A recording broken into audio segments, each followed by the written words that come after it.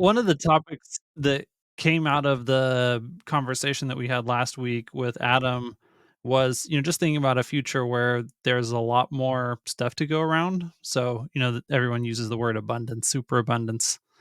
And it seems like the more stuff people have, especially like if you think about the children of rich parents, like how hard it is for them to have decent character and to grow up with like work ethic and those types of things. And the question is, as we have much more stuff, it seems that getting rich turns a lot of people into assholes. Is everyone just going to be assholes if the whole world gets super rich? Like if even a poor person in 2100 is way more rich than a rich person today. Yeah, if everybody has everything, yeah, and all their needs are catered. Okay. I don't think it's going to play out like that at all. I think it's if there's one thing I think Elon's dead wrong on, it's that. Like I, the fact that we're going to be in this place of abundance and people won't be working, all this stuff, like that's never no technology disruption, whether it's the agricultural revolution, industrial revolution, the .com, era, internet era, like work is created through other means that we just can't see. Nobody could have predicted podcasting. Nobody could have predicted being somebody who, well, I don't know. You guys get the point. Like, there's lots of things that we don't know, we can't predict yet, that there will be jobs for. Like, we're like a disease of a species that continually wants to push and learn and create and do new things. Like, the aperture just opens with more technology. We just become more productive. So then, but in this future world of artificial intelligence and robotics, right? What things are going to be left for us to produce that it won't already be done better, faster, more available than those tools? I can't answer that because I'm not there yet. It's not like back before the internet you could have predicted all the jobs and everything is created with the internet. Before the internal combustion engine, the steam engine, you couldn't have predicted all the jobs that came through with that. So I think it's unknowable, but it will happen. It will come. So it's kind of like a market is going to exist forever for human created products and services. Yeah, always. Even if there is a alternative that is orders of magnitude better. Yeah. In every situation. There will be something that's created where the human will be the important piece of it. Like holding hands might be a human that holds your hand might be a job that pays $50,000 a year. Is kind of like where you're going with this.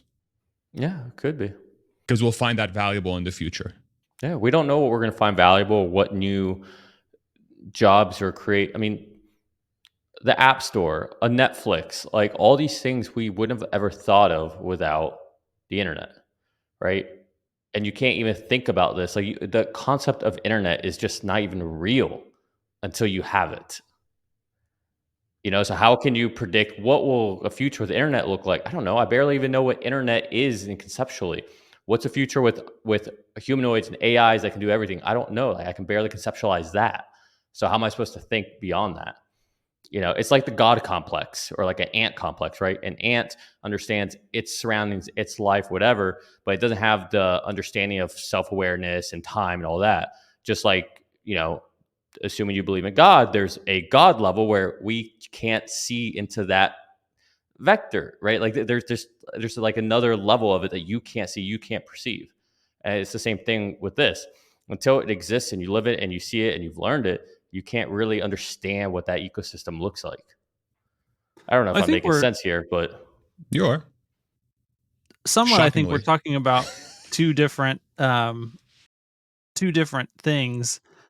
Like the fact that I actually agree that we'll find stuff to do. One of the things that is always going to be scarce is the amount of human attention available. And that's one of the things that the internet kind of showed us was how valuable human attention is. And so I think there's always going to be scarcity around that thing, and there's always going to be markets then and different businesses that exist around trying to extract attention or to focus attention or whatever.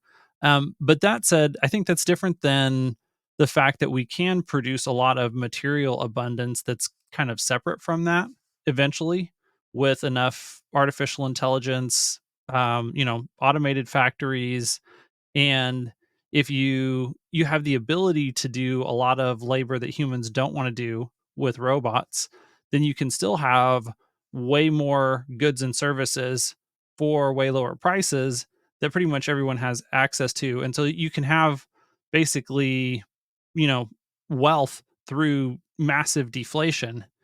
And I think those two things can still exist at the same time. Like we can still see people in 2100 who are have access to better houses to live in, better means of transportation, better entertainment and all these things. Like even the poorest person in 2100 may have access to more of that than Elon Musk has today. And so, I think that's still independent of will people do something for a job or for work or how do people spend their time?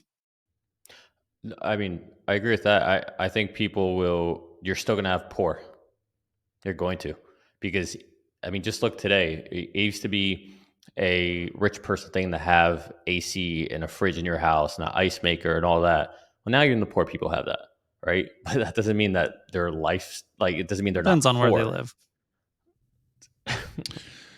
Yeah, Fair.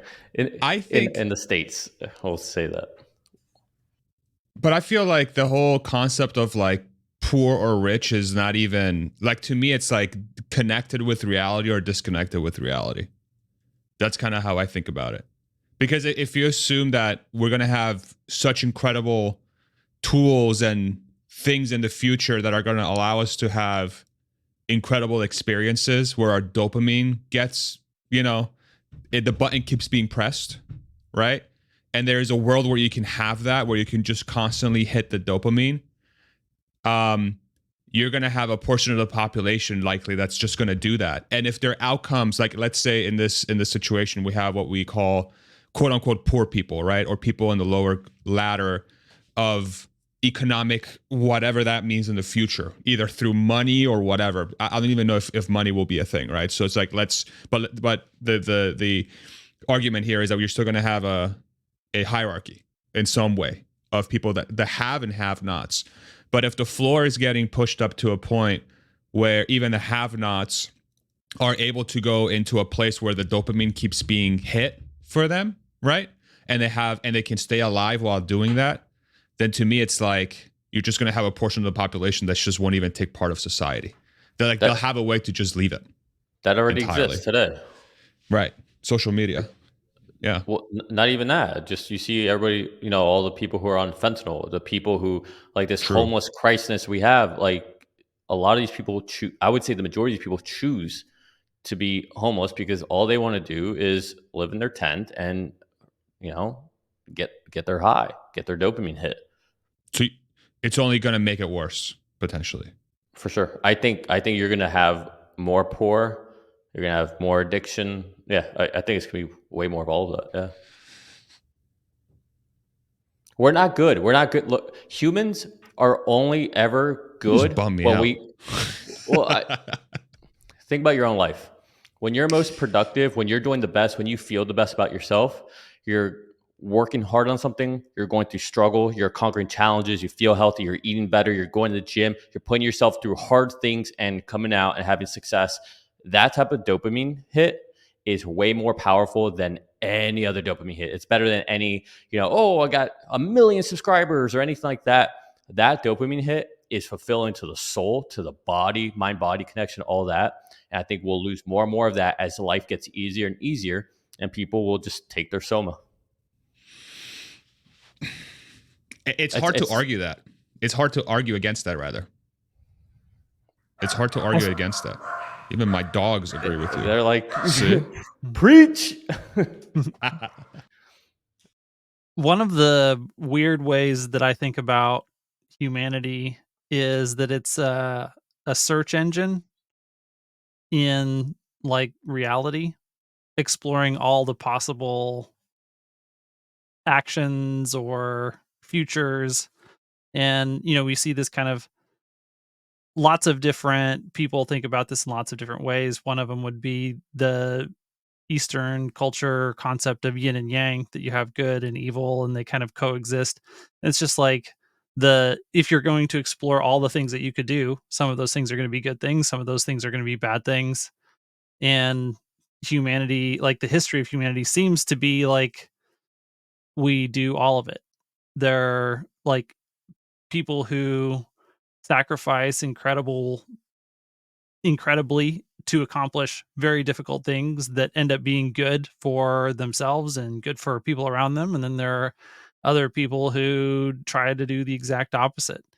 And so that's the thing that I don't know how we escape from in the future. Like humans haven't changed, like, regardless of what your philosophical belief system is or your worldview, whether you are an atheist or a religious person, or an agnostic or someone who's spiritual but not religious. Like, one of the things that we pretty much can't argue with is that for all of human history that we know of, the humans themselves are pretty much the same as they've always been.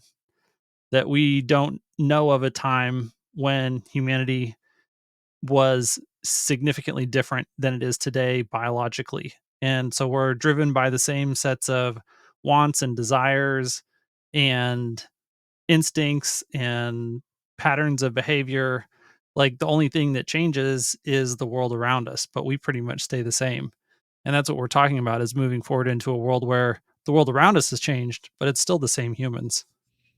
But I think what's interesting about something that Nico said is like, okay, so if we assume and we agree that the best feeling a human can like, oh, let's say like a subset of the population can achieve is feeling. I mean, this is probably more guy thing than a girl thing, maybe. And this is like where I would love to have this conversation with like women, because it's like, are we viewing this through a different lens, right? So one of the things Nico said is like one of the best dopamine hits you can get is the feeling of accomplishment, and like everything working towards like your end goal, right? It's better than any weed high, freaking cocaine high, alcohol high, whatever. It's like accomplishment and getting stuff done and knowing that you've achieved something great and you feel Yeah. that sense of accomplishment, right? But I, go ahead. from a woman's perspective, probably not the right person to speak about this because I'm not the woman, but I'm the most woman person on this call. So, or on this call, on this, What? yeah. You're the most woman person. What is this? Oh, it is 2024. You can be whatever you want today. Yeah. Well, I'm the only one that can't grow a beard. I'm the one with the pink shirt on, and Fair enough. I'm yeah, all for you making fun of yourself. Go for it. yeah. Thank you. But I would imagine like something that we will never experience, but and it's crazy that this would even come off as a controversial statement, but I feel like one of the most satisfying things for a woman is to become a mother.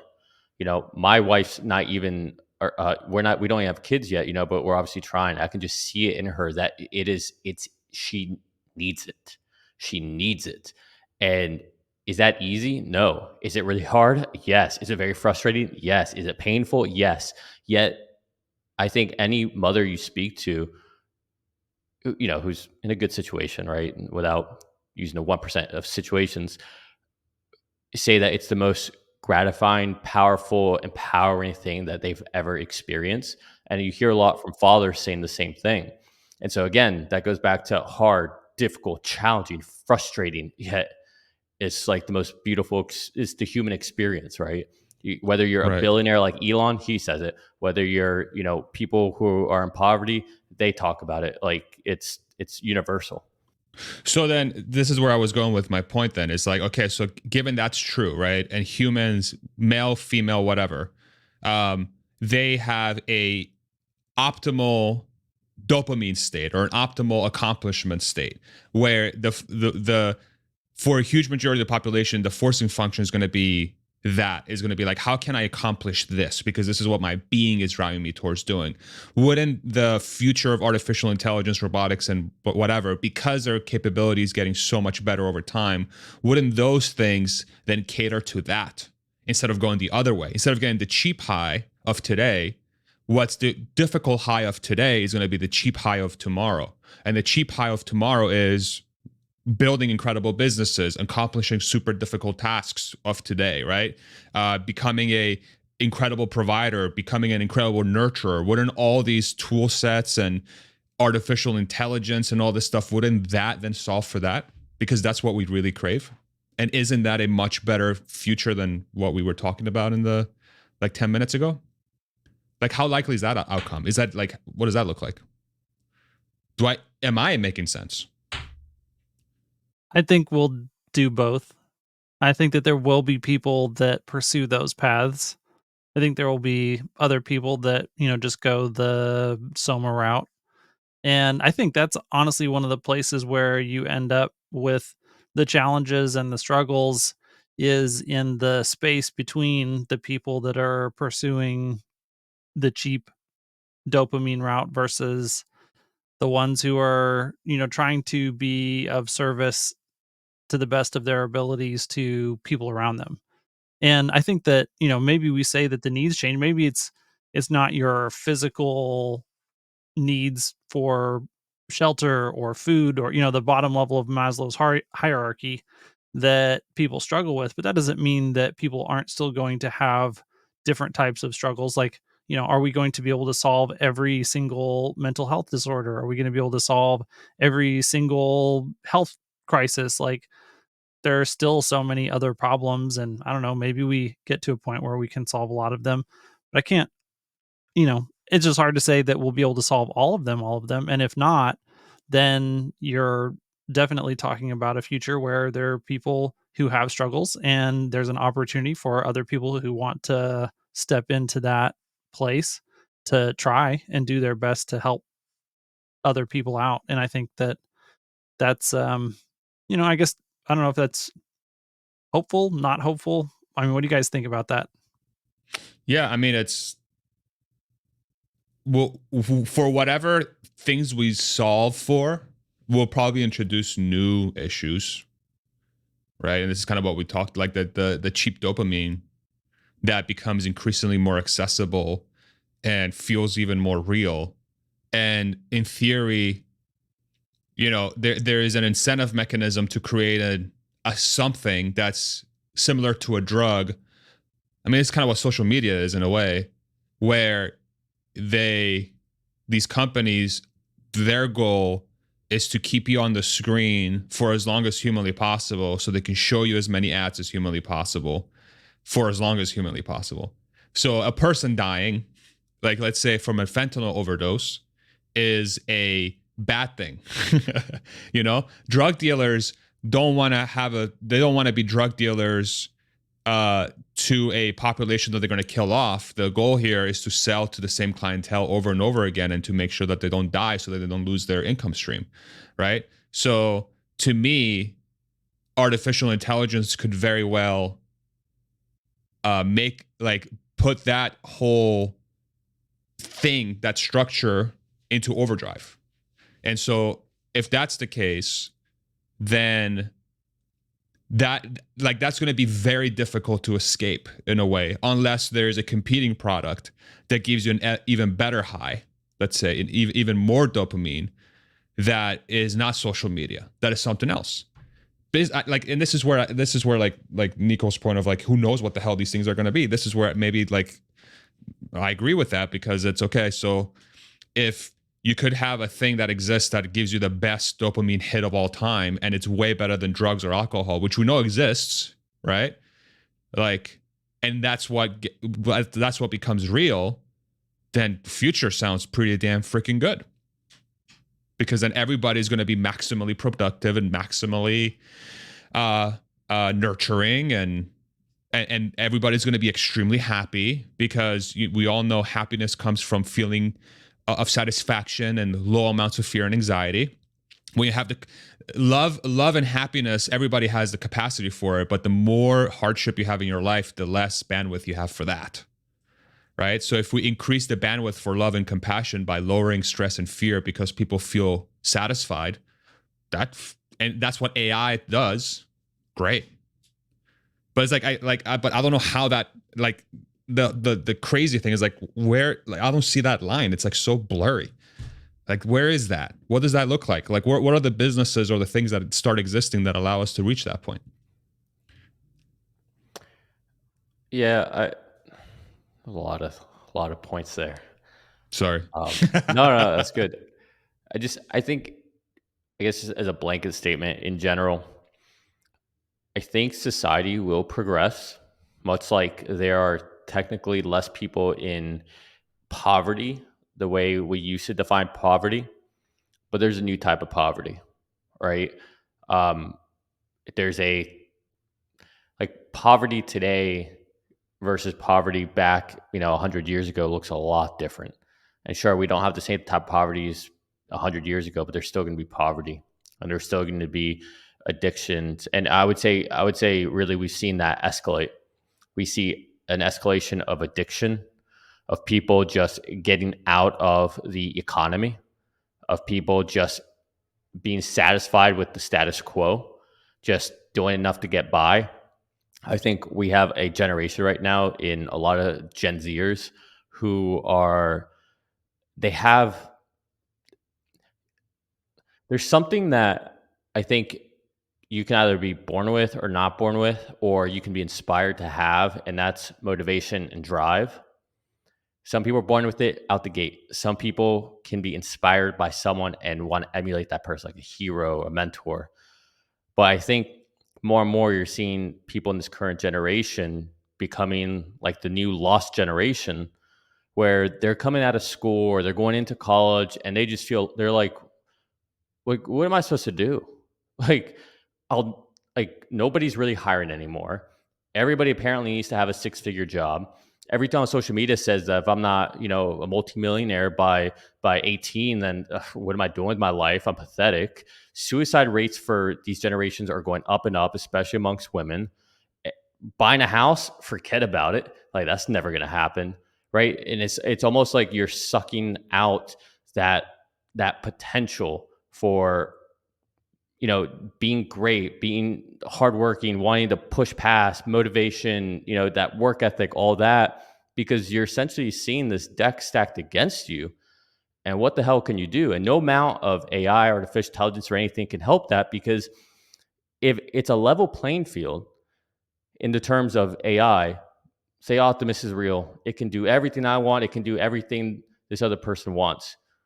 But guess what? I invested in the companies that built all this AI. And so I have more wealth than you. I have more resources than you. That that despair, that disparate comparison still exists, right? And so that individual is going to want what I have, right? Like, we're always going to want more. People today could go and live outside the city, work remotely, have a modest job, have their own house, all that stuff, but they don't want to. Why? Because they want to live in Austin. They want to live in New York. They want to live in San Fran. They want to live in these places. They want to eat at these restaurants. They want to have these cars. They want to have these clothes. And that's not going to stop. That is, hitting the escape velocity. I also have a counterpoint to my own thing, where I What do is it? think that we are, maybe this is more like millennials that I see this with, because that's who I interact with the most. But I feel like we are appreciating more the simpler things in life now. But we also have kind of benefits, I think. I think a lot of us have done well career wise, wealth wise, family wise. And we've had a pretty good, stint of an economy and stock market and all that we've been able to reap from. But I think, at least the people in my life, are starting to prioritize more simplicity in life, and getting back into nature and getting more grounded. You see like architectures change this way, where we're trying to have the outside more inside. Like, you see this, like all these office space and all that, and to me that gives me hope for humanity kind of going back to nature, and and kind of like there's clearly something in our souls that is craving that. It's why we feel better when we go to the beach and just get in that salt water and come out. Why when we go through a forest on a hike, you just feel better, and it's almost unexplainable, but it's like you're grounding yourself, no pun intended. So that would be my kind of counter to that, is that I think the human experiment eventually goes back to that as a reset. At least I hope that's what happens. Yeah, and that's where I'm like, that's where I get more optimistic than pessimistic, is when I think about what is like the economy, and what is this reality that we live in. It's all human created. We've built this whole thing from top to bottom that we exist in today. We've built it, and it's built ideally to cater to our needs and our wants, right? And if our needs and wants change, as our ability to please our needs and wants change, then in theory, we're going to just keep transforming this thing into something that gets closer and closer to the optimal state of catering to our needs and wants. For some. I think for most. This is kind of like the thing where I'm like, in my head, it's like, it's become increasingly easier for a human being to have access to more needs and wants. So if you go back 1,000 years ago and you say, what percentage of the population, like from a scale of 0 to 100, and 100 is maximally happy, maximally free, you have everything you ever wanted, you have everything you've ever needed, okay? From 0 to 100, what percentage of the population is closer to 100 today versus 1,000 years ago, right? And in my head, that feels like a lot more. And that's because of technology. That's because of innovations in the way we run societies, getting rid of like single person rulers and going more to democracies and stuff like that maximizes the chances of more and more people, getting there. But there's also something to be said about, we didn't have that many things to us that we knew that could make us happy, and it was something that we needed and wanted 1,000 years ago. Life was a lot simpler. Right? So it's like, it's this weird battle between, there's so many things that could make us happy, and it could address our needs and wants now versus what it was 1,000 years ago. And is that complexity the thing that's really killing us in the end, instead of like the simplicity? This whole thing is so weird. I don't even know how to get my head wrapped around it. It's so frustrating. I mean, I don't know that it's possible. And one of the things that I can't stop thinking about is the fact that every time we create something new to solve a problem, while yes, it works to solve a problem, it like creates a new Yeah. problem. And, you know, the more powerful the thing is that we create, the more capacity it has not only to do good, but also to do harm. Like there's no single purpose tools. Every technology that we create can be used to, protect people or to harm people.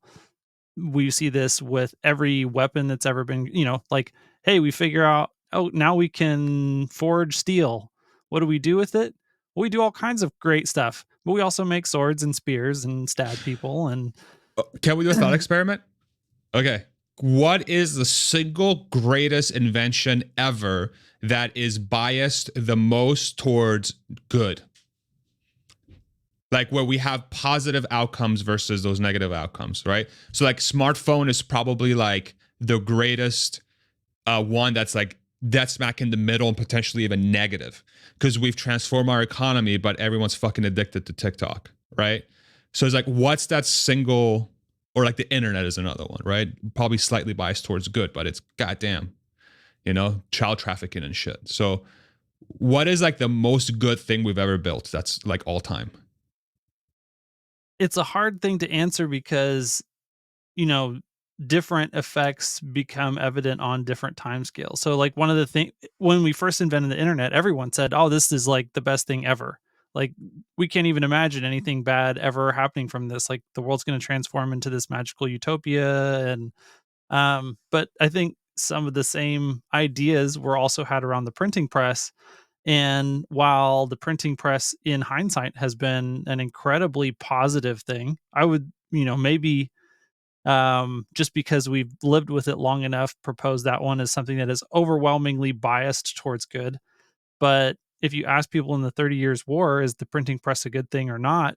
They might have a different answer, because the the ability for different people to wage war among the masses over ideas stemmed from everyone being able to have these pamphlets of, this is the thing that we believe about God. No, this is the thing that we believe about God. No, y'all must be wrong. Okay, now let's fight. Like, all of that really came out of, it's just like a repercussion, a consequence of being able to distribute information on a mass scale, to not just to the special priests or the special ruler class who normally would have been the only ones to have access to books, but to everyday people. And yeah, in hindsight, we can all say, well, then we got the Enlightenment, and that was pretty good. We got a lot smarter. We figured out how to solve problems better. So, like, getting more information to more people, and this is almost, just a given assumption today, that more information in the hands of more people is better. Like, the first major way to do that was the printing press. And it was a Um, forcing function for the internet, yeah. ultimately. So, but like I said, it's both positive and negative, and we we kind of have to wrestle with both sides of it. Is it even worth worrying about? No, but it's fun. Worrying? No, don't worry about it. Like to worry in general, to worry, to be scared, to fear something before you're actually faced with it is stupid. It's like there's a quote from Will Smith. We have Buddha Talk, today on the podcast, bro. Just dropping knowledge and wisdom. well, so With his Will pink Smith shirt. talked about his experience on skydiving. And he was talking about how, like, the night before he was stressed, he was sweating, he was nervous. That morning he just like was so anxious and scared and nervous, leading all the way up to it, getting on the plane, packing, packing your parachute, all that. And he said the time that he wasn't scared in that whole process was the second he jumped out the plane, which arguably should have been when he should have been the most scared. And his whole point was, leading up to that, there was no risk of anything. There was nothing to be scared of. I was on the ground. I was in bed. Like, I'm sitting on the plane. Like, I'm not jumping yet. There's no reason to be scared. The time to be scared is the second you're about to jump. Before that, it's wasted energy. And it's easier said than done. But if you think about it and put that into your mental model, I do think it starts to work for you to rationalize, like, why am I scared? I got nothing to be scared about right now. Like, that's tomorrow Nick's problem, not today's Nick's problem. Today's Nick's problem is to enjoy right now this moment with these two beautiful men. Not to, we got a Pink 20 shirt. and 200s right here. If you know, you know. Was that story before or after he slapped Chris Rock? Do we know? Before, Okay. yeah. Well So before. so you can't Okay. cancel me. But I do have a couple of answers to your greatest good. I got two smart ass ones and then one kind of, it's a head scratcher. So my smart ass ones are the wheel and the agriculture revolution. I think you could say did, like, the most good. My head scratcher one is nuclear weapons. Think of how many wars and lives they have saved because they've created standoffs.